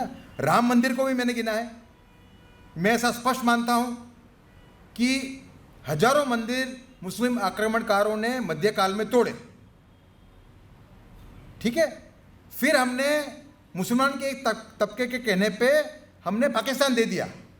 हिंदुओं के लिए वो मातृभूमि का विभाजन था। उसके बाद में कम से कम 3 स्थान, अयोध्या, मथुरा और काशी, वो हमें मिलने चाहिए थे। अभी मैं परसों टीवी पे आया था, मैंने पूछा कि साहब आप तो जज हो आरटीआई कोर्ट में, आप कैसा स्टैंड लेते हो? मैं क्यों नहीं लूँगा? मैं नागरिक नहीं हूँ क्या? मैं इतिहासकार नहीं हूँ क्या? मैं लेखक नहीं हूँ क्या? अगर और इसके लिए जो वर्शिप वाला जो एक्ट है 1948 का और 1991 का, जो बैन करता है कि भाई अयोध्या के बाद में कोई 91 का बैन करता है, अयोध्या के बाद में दूसरा कोई भी हम नए स्थान का मुद्दा रेज नहीं करेंगे हिंदू लोग, वो फ्लॉड एक्ट है। हाँ, मैं स्पष्ट मानने को तैयार हूँ कि 3-3 हज़ार की लिस्ट लोग लेके फिर रहे हैं, वो गलत है, पर 3 जगह हमको मिलनी चाहिए। और दूसरा, अगर मुसलमान उसमें रोड़ा पैदा कर रहे हैं, सब मुसलमान नहीं कर रहे, कई मुसलमान हैं जो फेवर में, समझे आप, जो रोड़ा पैदा कर रहे हैं उनमें कोई ग्लानि का भाव ही नहीं है। क्योंकि जो मध्यकाल के अंदर अगर आप देखिए, इतिहास के ज्ञान का इस देश में जबरदस्त अभाव है। हम औरंगजेब को सब में कट्टरवादी मानते हैं, ठीक है, लोधी, तुगलक और खिलजी से औरंगजेब का कट्टरवाद 50% था। उनका जो कट्टर आप देखोगे तो आप कांप जाओगे। जदुनाथ सरकार जैसे इतिहासकार, आरसी मजुमदार, उनकी किताबें पढ़ोगे तो आप कांप जाओगे। इतना उनका अत्याचार था हिंदुओं पे, और इतने मंदिर और मस्जिद तोड़े, इतने मंदिर तोड़े उन्होंने। तो इतने मंदिर तोड़े आपने, इतना अत्याचार किया, उसके सामने पाकिस्तान लेने के बाद अगर हिंदू ये कहते हैं कि 3 जगह हमको दे दो, तो वो क्यों नहीं मिलनी चाहिए? मेरे मन में इसमें कोई भाव नहीं है। मतलब मुझे कई लोगों ने बोला कि आप जज हो, आपको नहीं बोलना चाहिए। मैंने कहा भाई मैं तो बोलूँगा इसके अंदर। ये राष्ट्र का मुद्दा है, इसमें मैं बोलूँगा। आखिरी बात, भारत को जो स्थान विश्व फलक पे हासिल करना है वो छत्रपति शिवाजी के विजन के बगैर इम्पॉसिबल है। ये कोल्हापुर है, मराठों की भूमि है, इसके लिए नहीं, पूरे देश में ये कहता हूं मैं। क्योंकि मेरी जो नई किताब, मैंने बहुत अध्ययन किया छत्रपति शिवाजी महाराज पे, और मैं इस नतीजे पे पहुंचा हूं कि छत्रपति शिवाजी, देखिए महापुरुषों की कंपैरिजन नहीं होनी चाहिए, लेकिन छत्रपति शिवाजी महाराज का जो योगदान है, मेरे मन में बार बार ये प्रश्न खड़ा करता है कि क्या छत्रपति शिवाजी महाराज गए 1000 वर्ष के समय बड़े शासक थे। और ये मैं पुस्तक जो मैं कर रहा हूं अभी, यूनिक पुस्तक है। देखिए बड़े बड़े इतिहासकार हो गए, कोई मैं इतना बड़ा इतिहासकार हूँ, मेरे पास एक शक्ति है इतिहास का अर्थघटन करने की, इंटरप्रेट करने की हिस्ट्री को, समझे ना आप। वो एक मेरे पास एक यूनिक, एक माँ सरस्वती के आशीर्वाद से एक क्वालिटी है मेरे पास। तो मैं देखता हूँ कि हम जब छत्रपति शिवाजी को देखते हैं, उनका मूल्यांकन करते हैं, उनका जतन करते हैं, तो हमारा पूरा चैप्टर जो है वो राज्य अभिषेक के साथ एंड हो जाता है। पर शिवाजी का सब में गोल्डन चैप्टर था दक्षिण दिग्विजय। जब शिवाजी का देहांत हुआ, छत्रपति शिवाजी का जब स्वर्गवास हुआ, उस टाइम पे वो राजा नहीं थे, वो सम्राट थे उस टाइम पे, पर हमारे पास दृष्टि नहीं है देखने की। उनका जो जब उनका स्वर्गवास हुआ, उस टाइम पे उनकी जो लंबाई थी राज्य की, वो 1600 किलोमीटर थी। उसका आरंभ होता था, वलसाड नाम का एक डिस्ट्रिक्ट है दक्षिण गुजरात में, वहाँ से उसका आरंभ होता था। वो महाराष्ट्र में से पूरी पट्टी थी, वो चौड़ाई कम थी उसकी, वो महाराष्ट्र में से निकलती थी, महाराष्ट्र में थोड़ी सी चौड़ी थी, फिर कर्नाटक में एंटर होती थी, फिर तेलंगाना, आंध्रा होते हुए वो मद्रास के आगे जाके जिंजी में एंड उसका होता था। ये जो डिस्टेंस है, अगर आप, अब तो खैर डिवाइस अवेलेबल है, ये 1600 किलोमीटर का डिस्टेंस है, 1600 किलोमीटर्स, समझा। अगर रोड से आप जाते हैं तो आपको दोस्तों मालूम है ये कितना डिस्टेंस है। काबुल और दिल्ली का जो अंतर है आज, वो 1300 किलोमीटर है। छत्रपति शिवाजी के राज्य की जो लंबाई थी उससे कम। मोहम्मद घूर, जिसको हम हीरो बनाते हैं हमारे लेफ्टिस्ट इतिहासकार के, ये मुसलमान कितने पुरुषार्थी थे, वहाँ से आए, कितने पुरुषार्थ वाले थे। तो याद रहे आपको कि जो घूर, जहाँ से मोहम्मद घोरी आया था, जिसने इस्लामिक राज भारत में कायम किया, उसका अंतर जो दिल्ली से है वो 1525 किलोमीटर है, छत्रपति शिवाजी के राज्य की लंबाई से कम, समझा। कृष्णदेवराय को हम सम्राट कहते हैं। Krishnadevaraya was the zenith of Vijayanagara empire. Krishnadevaraya के टाइम पे भी जो लंबाई थी विजयनगर एम्पायर की, वो कभी भी 700 किलोमीटर से ज़्यादा नहीं थी, नहीं ज़्यादा 600 ही होगी मैं तो कहता हूँ। हाँ, चौड़ाई थी काफ़ी, चौड़ाई काफ़ी थी। तो और दूसरा जो सम्राट कहने के लिए दूसरे जो पैरामीटर्स हैं, एक तो हो गया, देखिए आप सम्राट कहते हो तो उसके राज्य का साइज क्या था वो हमारी जानना बहुत जरूरी है। अगर राज्य का जो साइज है, क्षेत्रफल है, वो अगर कम होता है तब उस आदमी को सम्राट नहीं कह सकते। इसके लिए ये इस्टेब्लिश करता है कि वो सम्राट थे, लेकिन सम्राट कहलवाने के लिए और दूसरे 3-4 पैरामीटर भी हैं। एक है उस शासक ने समाज पे क्या असर छोड़ी। तो आप देखें कि शिवाजी के स्वर्गवास के बाद सिर्फ 40 साल के अंदर मराठा सेनाएं दिल्ली पहुंच गई। जो बालाजी विश्वनाथ गए, कंथाजी कदम मांडे, नारो शंकर, ये सब गए थे उसमें, उस डेलीगेशन में। बाजीराव पेशवा की भी उम्र बहुत कम थी, 18 साल की, वो भी गए थे। और 30 साल में 1750 में मराठा ही दिल्ली के करता धरता हो गए। जो एम्परर था, मुगल सम्राट, वो मराठों को पूछ के ही अपना काम चलाता था। वो 1758 के अंदर मराठों ने पेशावर जीत लिया। दोस्तों, पेशावर की जो लंबाई है पूना से, वो 2300 किलोमीटर है। जो तेहरान, ईरान की राजधानी है, तेहरान और दिल्ली की लंबाई है उससे सिर्फ 20% कम। तो शिवाजी जो बड़े बड़े लड़वैये उनके कहने से पैदा हुए, मतलब एक से एक, बाजीराव, माधवराव पेशवा को मैं आपको बताऊं, जो मैं पढ़ता हूं उनका, माधवराव पेशवा का, कि माधवराव पेशवा ने हैदर अली को, टीपू सुल्तान के बाप को 4 बार हराया। अगर माधवराव पेशवा 27 साल की उम्र में उनका अगर देहांत न होता तो हैदर अली नाम का कोई ऐसा कोई स्टार ही नहीं होता हिस्ट्री के अंदर। और उसके आप देखो, मतलब दो बार तो उसको जंगल में भाग जाना पड़ा जान बचाने के लिए। ऐसे लड़वैये छत्रपति शिवाजी के प्रेरणा से पैदा हुए। संताजी घोरपड़े, धनाजी जादव, इनके बारे में कोई दिल्ली में कोई जानता ही नहीं है। तो कहने का मतलब, ये जो हम एक सपना देखते हैं विश्व सत्ता बनने का, विश्वगुरु बनने का, ये इतिहास के ज्ञान और इतिहास के सही अर्थघटन के अभाव में नहीं हो सकता है। हमें इतिहास का अर्थ को जानना पड़ेगा, उसका अर्थघटन करना पड़ेगा, उसमें हम बोध पाठ ले पाएंगे तो ही हम आगे बढ़ पाएंगे। वरना मैंने आपको बताया, जो कल्चरल अटैक है फेसबुक वाला में जो बताया, इतना खतरनाक है, उस पथ पे भी हमको लड़ना पड़ेगा, उस फलक के ऊपर। तो कुल मिला के बहुत मुझे आनंद है कि मुझे आपने मौका दिया मेरे विचारों को आपके सामने रखने का।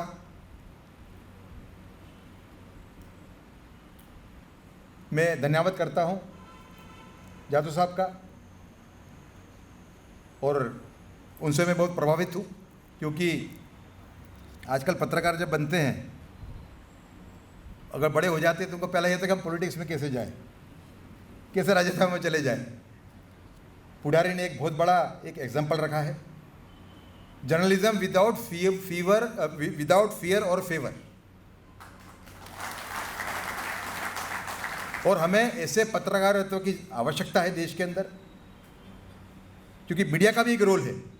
मीडिया में आप देखें ऐसा एक विडंबना है कि एक इस साइड झुक रहा है, दूसरी साइड झुक रहा है। और मैं इसके लिए कह रहा हूँ आपको कि मैंने इसका काफ़ी अच्छी तरह पालन किया है। मुझे लोग इस सरकार के करीब गिनते हैं, श्री नरेंद्र मोदी के करीब गिनते हैं, लेकिन अगर आप मेरे लेख पढ़ेंगे, जब मैं पत्रकार था इंडिया टुडे में आज से 2 साल पहले, तो आपको ख्याल आ जाएगा कि मैंने मेरा काम बहुत अच्छी तरह किया है। I am certainly admirer of their qualities. पर जहाँ भी मुझे लगा कोई काम ने ठीक नहीं किया, तो मैंने इसकी टीका की। मैंने इसलिए मैं कहता हूँ कि वीर सावरकर का नेशन फर्स्ट वही सही नेशन फर्स्ट है। वीर सावरकर के सामने जब 1937 के अंदर जब वो पॉलिटिक्स में आए, उस टाइम पे उनको सुभाष चंद्र बोस, अच्युतराव पटवर्धन, SM जोशी, ऐसे बड़े बड़े कांग्रेस के नेताओं ने उनको न्योता दिया था कि सावरकर जी आप कांग्रेस में आइए, कांग्रेस को बल मिलेगा। लेकिन सावरकर ने अपना रास्ता चुन लिया था, वो राणा प्रताप का रास्ता था। सावरकर ने कहा कि मुस्लिम तुष्टीकरण के रास्ते पे कांग्रेस इतनी आगे बढ़ चुकी है कि वह उसका वापस आना इम्पॉसिबल है, नामुमकिन है। और भारतवर्ष में हिंदू हकों का हनन करके मुस्लिम तुष्टीकरण करना ये देश के साथ धोखाधड़ी है। और उन्होंने कहा it is better to stand in the last row of patriots than the first row of those who are betraying the nation in the name of patriotism. और जब सावरकर आए 1937 के अंदर, जब परिस्थिति क्या थी, 1930 के अंदर मोहम्मद इकबाल, ये भी इतिहास का एक बहुत अच्छा एग्जाम्पल है कि इतिहास का क्या हमारे यहाँ अभाव है। मोहम्मद इकबाल जो है कवि, जिसकी नज़में, आप तो खैर महाराष्ट्र में हो, वहाँ पे तो लोग कई लोग गाते हैं, उनकी कविताएं गाते हैं। उनको ये नहीं मालूम कि पाकिस्तान की परिकल्पना करने वाला पहला आदमी मोहम्मद इकबाल था। सारे जहाँ से अच्छा हिंदुस्तान हमारा उसने लिखा, उसके 3-4 साल के बाद में वो कट्टरवादी बन गया था, पहले देशभक्त था। तो हम जब उसकी कविताएं गाते हैं, हमको ये ख्याल नहीं है कि इस आदमी का वजह से भारत का विभाजन हुआ है।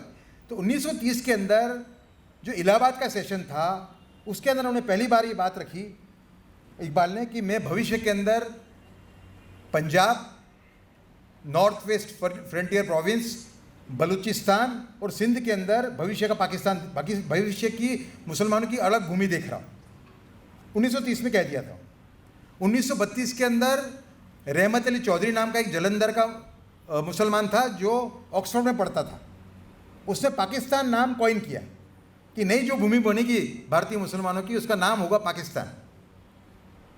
और जिन्ना ने उसको अंजाम दिया, समझे आप।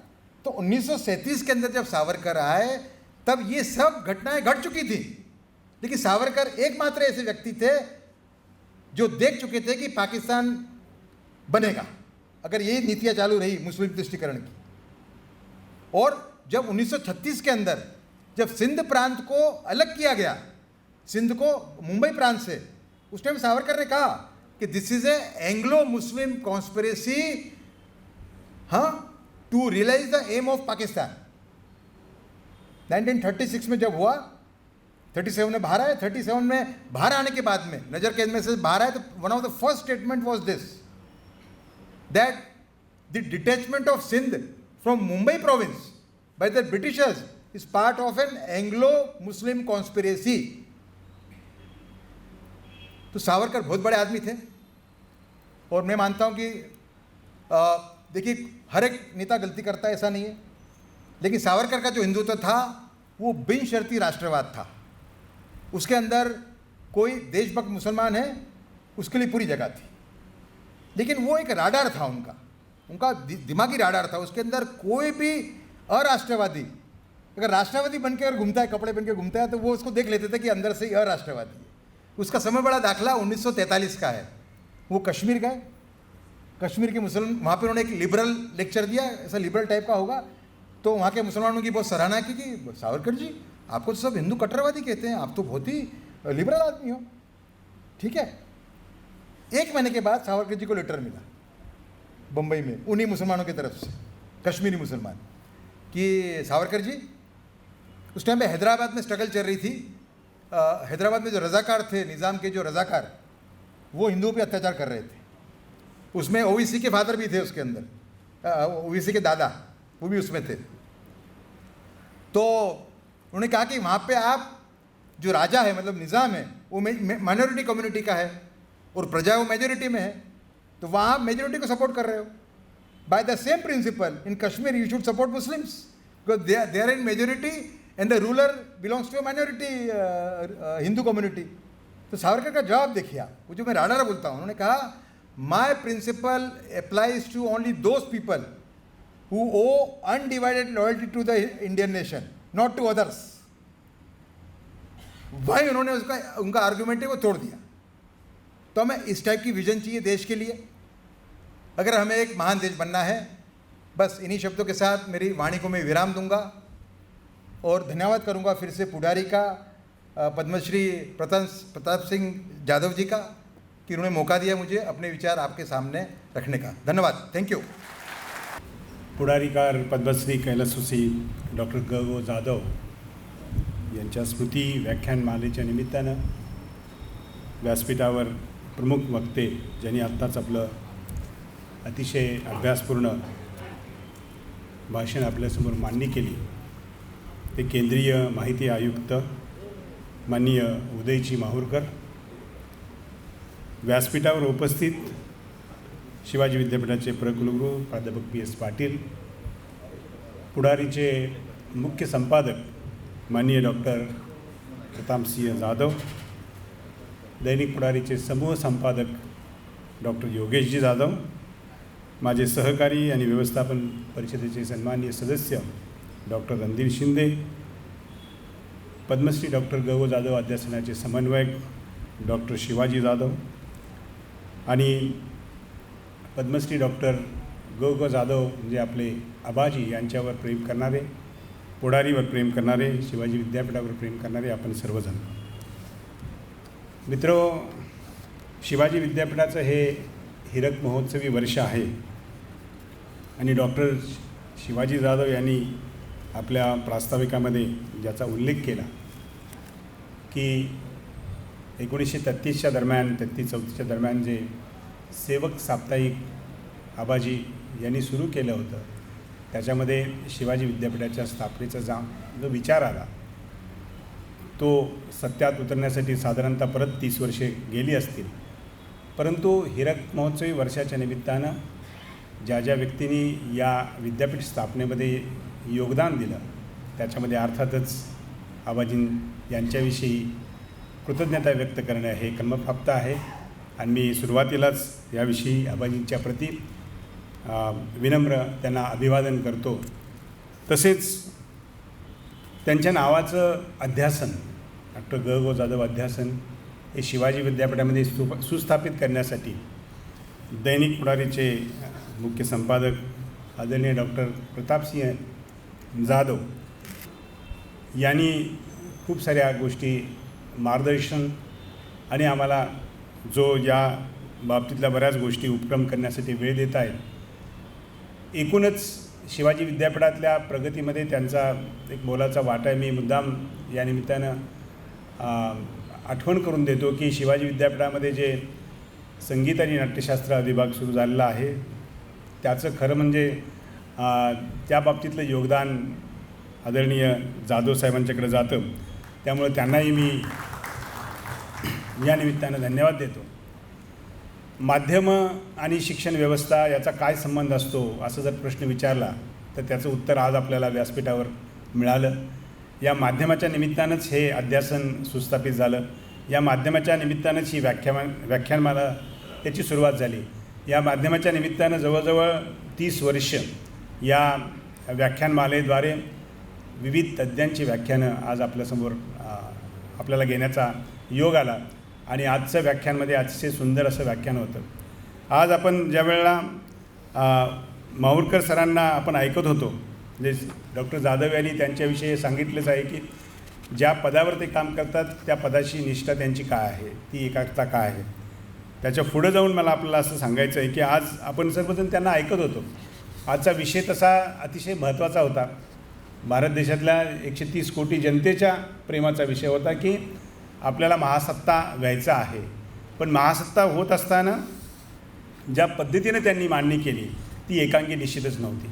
त्या पहिल्यांदा ज्या सगळ्या चांगल्या गोष्टी आहेत त्या सगळ्या चांगल्या गोष्टीला त्यांनी अतिशय अभ्यासपूर्ण स्पर्श केला आणि आपल्याला असं लक्षात आलं असेल की आज दररोजच्या आपल्या ज्या जीवनमानामध्ये ज्या गोष्टी घडत आहेत त्यामध्ये कितीतरी गोष्टींचा असा समावेश आहे ज्याचा आपण विचार केला नव्हता. म्हणजे एक 50 रुपयेचा रिचार्ज जर करायचा असला तरीसुद्धा UPIच्या माध्यमातून आपण करत होतो आणि ज्यावेळेला 2 वर्ष आपल्याला या कोविडवर झगडावं लागलं त्यावेळेला ज्या पद्धतीनं हे UPI आपल्याला कॉन्टॅक्टलेस आपल्याला वापरायला मिळालं त्यावेळेला आपल्या लक्षात कदाचित आलं नसेल. पण आज आपल्या लक्षात असं आलं असेल की ही जी काही कॉन्टॅक्टलेस असेल किंवा ऑनलाईन जी डिजिटलायझेशन ज्याला आपण म्हणतो ती पद्धती आपण स्वीकारली त्याचा खूप मोठा फायदा त्याचा उपयोग या 2 वर्षाच्या दरम्यान झाला. अशा कितीतरी गोष्टी या निमित्तानं आपल्यापुढं मांडल्या गेल्या आणि त्याचा बेस जो होता तो अर्थातच अकाउंटेबिलिटी आणि ट्रान्सपरन्सी याचा गव्हर्नन्स जो होता तो आपल्यासमोर मांडला गेला. याबरोबरच सांगत असताना आपल्याला काही दुसऱ्या बाजूसुद्धा त्यांनी आपल्याला सांगितल्या. अर्थात लिडरशिप कशी असावी लिडरशिप म्हणजे पॉलिटिकल लिडरशिप म्हटल्यानंतर आपल्या डोक्यात एक पॉलिटिकल लिडरशिप नेहमी येते. पण लिडरशिप बाय एक्झाम्पल म्हणजे काय? लिडरशिप इन इकॉनॉमी, जे इकॉनॉमी स्ट्रेंथन करण्यासाठी लिडरशिप वापरायचे. Leadership in science and technology पुढे घेऊन जाण्यासाठी लिडरशिप वापरायची. लिडरशिप इन पॉवर्टी इरॅडिकेशन म्हणजे गरिबीचं निर्मूलन करण्यासाठी लिडरशिप वापरायची. असे एक मोर दॅन म्हणजे 6पेक्षा जास्त अशा मुद्दे सांगितले असतील की आपल्याला असं लक्षात आलेलं असेल की या सगळ्या गोष्टी महासत्ता बनण्यासाठी अतिशय आवश्यक आहे आणि आपली वाटचाल त्या दिशेनं चाललेलं आहे. हे सगळं सांगत असताना सुद्धा आपल्याला एक दुसरी बाजू म्हणून त्यांनी मांडली, ती बाजूसुद्धा महत्त्वाची वाटते. जे 4 टप्पे त्यांनी मांडले त्या सगळ्या टप्प्यांचा पण आपल्याला विचार करावा लागेल. दुसरा टप्पा जो त्यांनी त्यामध्ये घेतला की होय, आपण सर्वजण भारतीय म्हणून या गोष्टीकडं अतिशय उत्सुकतेने पाहतो आहे आणि आपली इच्छासुद्धा आहे आपण महासत्ता बनावं.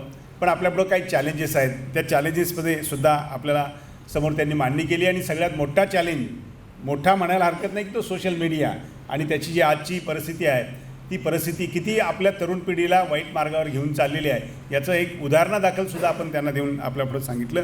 अर्थात ज्यावेळेला ह्या गोष्टी सांगितल्या त्यावेळेला आपल्याला पैकी प्रत्येक जणाला या महासत्तेत बनण्याच्या आड येत असेल तर त्याला आपण बाजूला ठेवायला पाहिजे, अशा प्रकारचा संदेशसुद्धा त्यांनी या बाबतीत दिलेला आहे. इलेक्शनच्या शेड्यूलच्या संदर्भात काही सूचना त्यांनी केल्या. इंटरनॅशनल अफेअर्सचं जी मांडणी त्यांनी केली ती अफलातून होती. म्हणजे आज एक पॉझिटिव्ह साईड झाली, चॅलेंजेस झाले, काही सूचना झाल्या आणि वास्तव आणि त्याचा इतिहास. म्हणजे आज सरांचं भाषण ऐकत असताना आपल्याला असं लक्षात आलं असेल की आपण नेमकं कुणाला ऐकतो आहे. एक केंद्रीय माहिती आयोगाचे आयुक्तांना आपण ऐकतो आहे का, मीडियाच्या एक्सपर्टला आपण ऐकतो आहे का, हिस्ट्रीच्या एक्सपर्टला आपण ऐकतो आहे का, क्रिटिकल इव्हॅल्युएटरला आपण ऐकतो आहे का, एक सिटिझन ऑफ इंडिया आपण ऐकतो आहे. हे सगळं बघितल्यानंतर या सगळ्यांचा समावेश झाला आणि एक भारत, एक महासत्ता दृष्टीनं आपण कशी वाटचाल करायला पाहिजे हे सांगितलं. आणि सगळ्यांना अर्थातच कन्क्लुजन अतिशय आवडलं असेल. जर खरंच आपल्याला महासत्ता बनायचं असेल तर छत्रपती शिवाजी महाराजांचे विचार आणि आचार याच्यापासून फारकत काय होऊ शकत नाही. आणि हा एकमेव विचार आपल्यासमोर मांडतो आणि आपण एकनिष्ठाने या सगळ्या गोष्टीकडे जाऊया अशी इच्छा या निमित्ताने प्रकट करतो. उदयजी मारुकरांना खूप सारे धन्यवाद आपल्या सर्वांच्या वतीनं, विद्यापीठाच्या वतीनं, पुढारी परिवाराच्या वतीने देतो आणि माझ्या अध्यक्षीय भाषणाला विराम देतो. धन्यवाद. जय हिंद, जय महाराष्ट्र. आभाराचे शेवटचे 2 शब्द. पुढारीकार पद्मश्री कैलासवासी डॉक्टर गो जाधव स्मृती व्याख्यानमालांतर्गत विचारपीठावरील आजचं व्याख्यान पुष्पजांनी गुंफलं ते आदरणीय उदय माहूरकर, शिवाजी विद्यापीठाचे कुलगुरू डॉक्टर DT शिर्के सर, आदरणीय प्रतापसिंह जाधव सर, योगेश जाधव सर, प्रकुलगुरू डॉक्टर PS पाटील सर आणि आपण सर्वजण एका वेगळ्या विषयावरती 1 तास भरवणाधिक आपण मुक्तचिंतन माहूरकर सरांचं आपण ऐकलं. महाराष्ट्रामध्ये पुढारीकार पद्मश्री गो जाधव स्मृती व्याख्यानमाला ही अतिशय महत्त्वाची आणि नामवंत अशी गणली जाते आणि एका सतत नव्या विषयावरती काहीतरी मौलिक स्वरूपाचं अनेक नामवंत वक्ते या व्याख्यानमालेमध्ये पुष्प गुंफलेले आहेत. प्रसिद्ध विचारवंत लेखक आणि केंद्रीय माहिती आयुक्त उदय माहूरकर हे आपल्या व्यस्त वेळेतून आजच्या या व्याख्यानमालेसाठी आले आणि मुख्य म्हणजे भारताचं वर्तमान आणि भविष्य कशा स्वरूपाचं असेल, बदलाला परिवर्तनाची कोणती नवी भूमी आहे, अगदी आर्थिक, सामाजिक, राजकीय, तंत्रज्ञान, लष्कर, प्रशासन या सर्व व्यवस्थांच्या बदलांची भूमी कशा पद्धतीनं घडली जाते आहे याचं अतिशय मौलिक स्वरूपाचं विवेचन केलं. आणि अखेरच्या भागामध्ये भारतीय इतिहासाबद्दल आणि राष्ट्रवादाबद्दल त्यांनी जी मांडणी केली आणि मुख्य म्हणजे आपला सर्वांचा महाराष्ट्राच्या छत्रपती शिवाजी महाराजांचा इतिहास आणि मराठ्यांचा इतिहास त्यांनी ज्या पद्धतीचं मापन केलेलं आहे, अशी एक कुतूहल आणि जिज्ञासेची भूमी कोणाही वाचकांच्या किंवा व्यक्तींच्या, इतिहासप्रेमींच्या मनामध्ये निर्माण केलेलं आहे. भविष्यामध्ये या विषयावर त्यांनी कोल्हापूरमध्ये छत्रपती शिवाजी महाराजांच्यावरती एक स्वतंत्र व्याख्यान दिलं तर खूप अधिक चांगली देखील गोष्ट होईल. तर एका भारताच्या बदलाच्या परिस्थितीचं अतिशय चांगल्या अशा स्वरूपाचं विवेचन आणि मौलिक स्वरूपाची मांडणी केली. मी शिवाजी विद्यापीठाच्या वतीनं त्यांचं मनापासून आभार मानतो. शिवाजी विद्यापीठाचे कुलगुरू आदरणीय डॉक्टर DT शिर्के सर यांनी या व्याख्यानमालेचं अध्यक्षस्थान भूषवलं, त्यांचे आभार मानतो. आदरणीय Padmashri doctor Pratapsinh Jadhav sir, Yogesh Jadhav sir, प्रकुलगुरू डॉक्टर PS पाटील सर, या सभागृहामध्ये अनेक नामवंत मंडळी उपस्थित आहेत. प्राध्यापक शिवाजी जाधव, आलोक जत्राटकर, विश्वराज जोशी, माध्यमांचे प्रतिनिधी, पुढारीमधील संपादकीय विभाग, विजय जाधव सर आणि त्यांचे सर्व सहकारी, पदव्युत्तर विभाग शिवाजी विद्यापीठ कोल्हापूर, डॉक्टर पांडव आणि त्यांचे सर्व सहकारी, डॉक्टर VN शिंदे सर आणि मुख्य म्हणजे इतक्या भरभरून आपण कोल्हापूरवासीय या व्याख्यानमालेसाठी येता आणि आजही आलात त्याबद्दल आपल्या सर्वांचे आभार मानतो आणि हे व्याख्यान संपलं असं जाहीर करतो.